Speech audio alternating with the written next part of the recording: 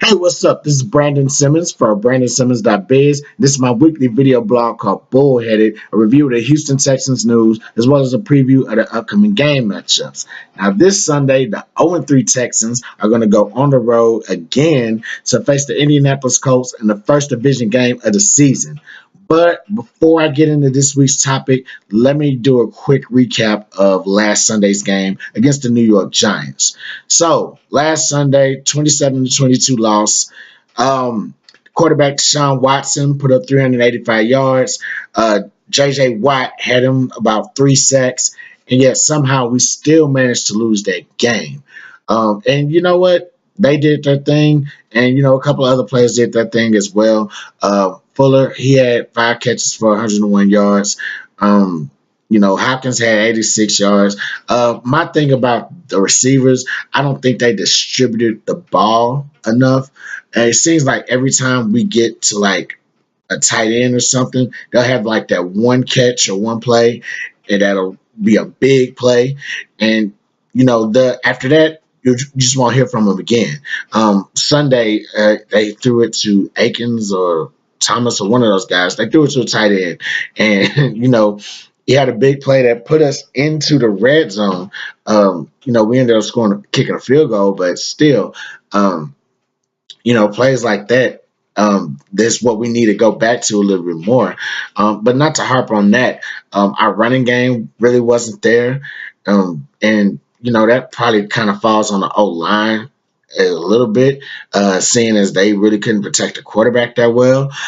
So, I mean, how you going to protect a bunch of guys running into the line if you can't protect the guy that's running away from the line, if you will? So, just little things like that, man. Our first half pass rush, I don't think it was there that much at all. It got, as I said, Watt got 3 sacks, but a lot of that came in the second half. In fact, a lot of our plays, our bigger plays, or valuable plays, came in the second half because it seems like we couldn't do anything in the first half. And that kind of brings me to this week's topic. The Texans, I've never played in the NFL, obviously, but I'm pretty sure, an NFL player might agree with me. Like, each game is a test, and you have to treat it like a test. You have to. I mean, you got your playbook, you got your set of plays out there that you're going to run. You have a game plan that you're going to implement and execute by the coaches and everything. And so you just have to, sort of treat each of these games like a final. The problem with the Texans is they don't seem to be doing that. And that's why they're stuck at 0-3 right now. And that's just my observation about that thing. They have a problem with early starts. Obviously, you've seen it in the game with the Patriots. You've seen it in the game with the Titans. You've seen it in last Sunday's game with the Giants. Just falling behind 20-6 to a bad Giants team. And don't get me wrong, like, it's early in the season, so the Giants could probably maybe turn the season around. But at this point in time of the year, the way they've been playing, it has not, it hasn't been great. A week before that, Eli Manning was sacked 6 times. Like, come on now. And the only change that they made was benching a right tackle that was responsible for most of those sacks through their first 2 games. So it should not have been a big deal for us to get 3 sacks. We should have got 6 sacks. With the talent that we have on the defensive line. So another issue that kind of trickles down from these failure to start early is the team just looks undisciplined on some of the coverages. They just look unfocused, and as both of those things, that kind of ties into like some of the penalties that we've been getting, especially on the O line. I know Davenport. I took some notes. I know Davenport got quite a few penalties in the first half alone. And so him just getting those penalties is, it set us back in yardage. It took us out of field goal range when we could have been in field goal range. It's took some. So in that respect. It took points off the board. So the O line, whoever whenever they do on Sunday, they're gonna have to cut that out, and not just Sunday. They're gonna have to cut that out going forward because that's costing us a lot of points right there. And as I mentioned earlier, each game has to be treated like a final. You can't just treat this like a pop quiz, like, oh, you can just guess what's going on and just go in and take it. No, this has to be like a final exam. You take a final exam way different than you're going to take a quiz, or probably even a little bit different than you would take a midterm. With a final exam, you're going to be prepared. You're going to go in there super focused. You're going to go in there ready to attack. Your whole mentality is like it's all or nothing, on this test. So, what I'm saying? You have to have that type of, uh, yeah, you have to have that type of energy, if you will, for what you're about to prepare for each game. When with the Texans, it just doesn't seem like they have that energy, and that's what brings about the problems of being unfocused, being undisciplined, bringing all these penalties about, and not just bringing all these penalties, but not executing the game plan early.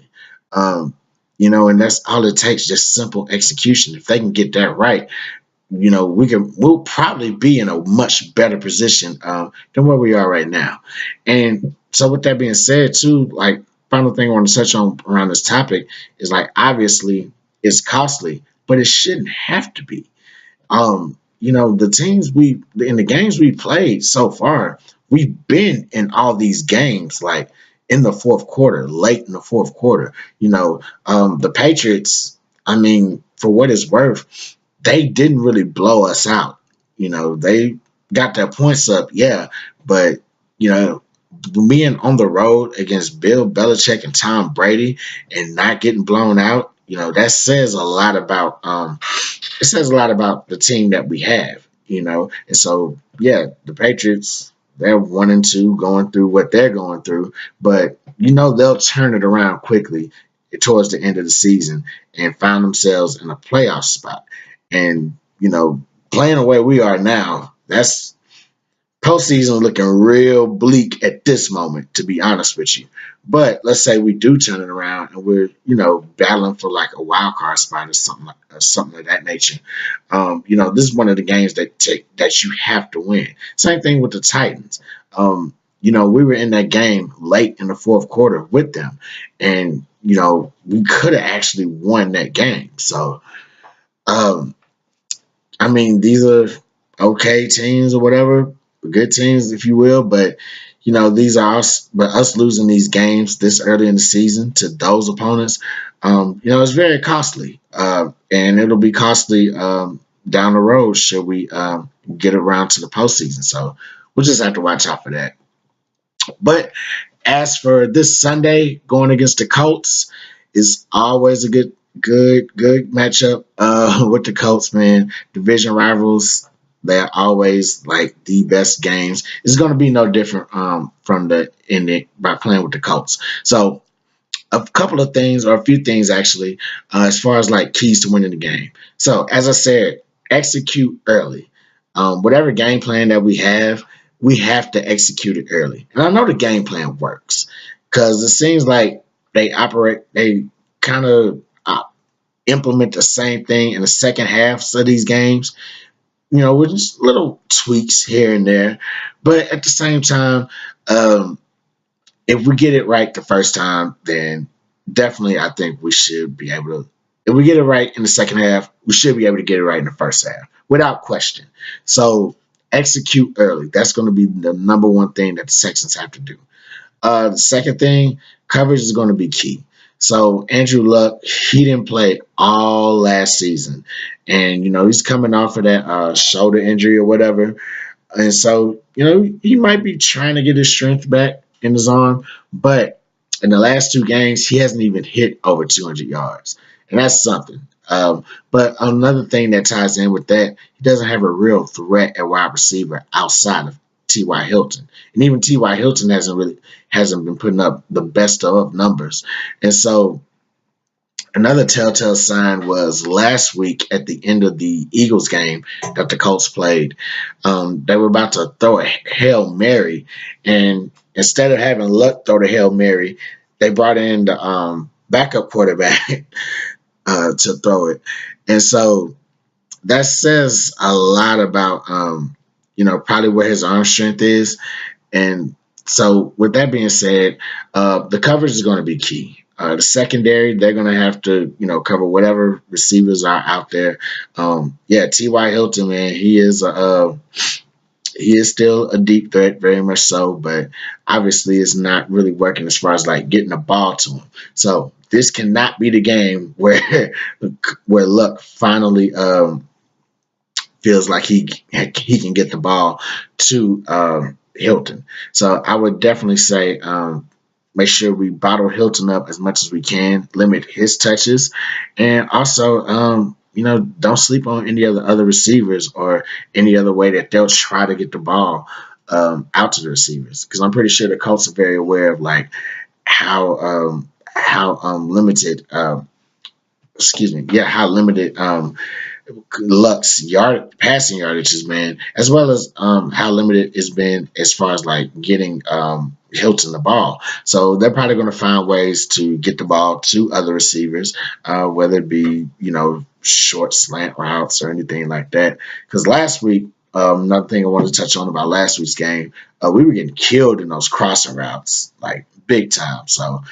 beware of if the Colts try to do any type of crossing routes, and just kind of implement something to cover those, definitely to take away those routes.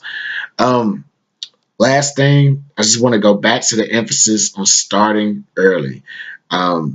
Just Texans just have to be prepared for the Colts. We played them so many years.